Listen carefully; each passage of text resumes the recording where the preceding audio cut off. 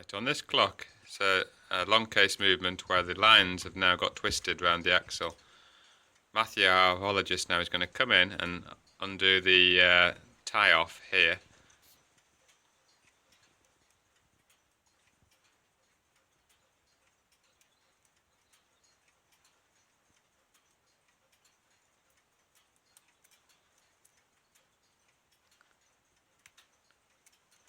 We're going to remember where the actual last kink is in the lines. So now they're all straight, the last kink is there. And now we're going to release this through the seat board hole, so the lines are now free. The pulley will now be coming off. Remember to reattach this. Now we're going to post the lines up through the movement and try and get all these lines off the barrel, off the axle, sorry.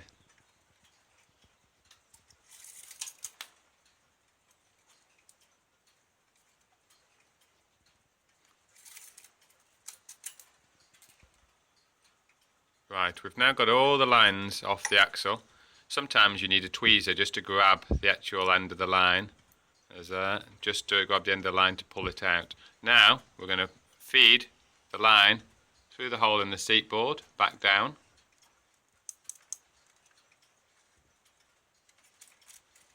Now we're going to feed all the line back down through the seat board. So it's from the barrel through the hole in the seat board. And now we're going to attach the pulley through the little hoop in the pulley, and now we're going to go up through the bottom of the seat board, up through the hole where you actually untied the knot originally.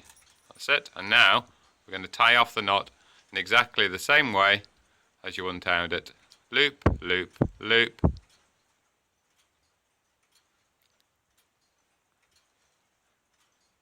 Over and round and pull tight, over and round and pull tight, and that is how you get the lines off the axle of a grandfather clock movement.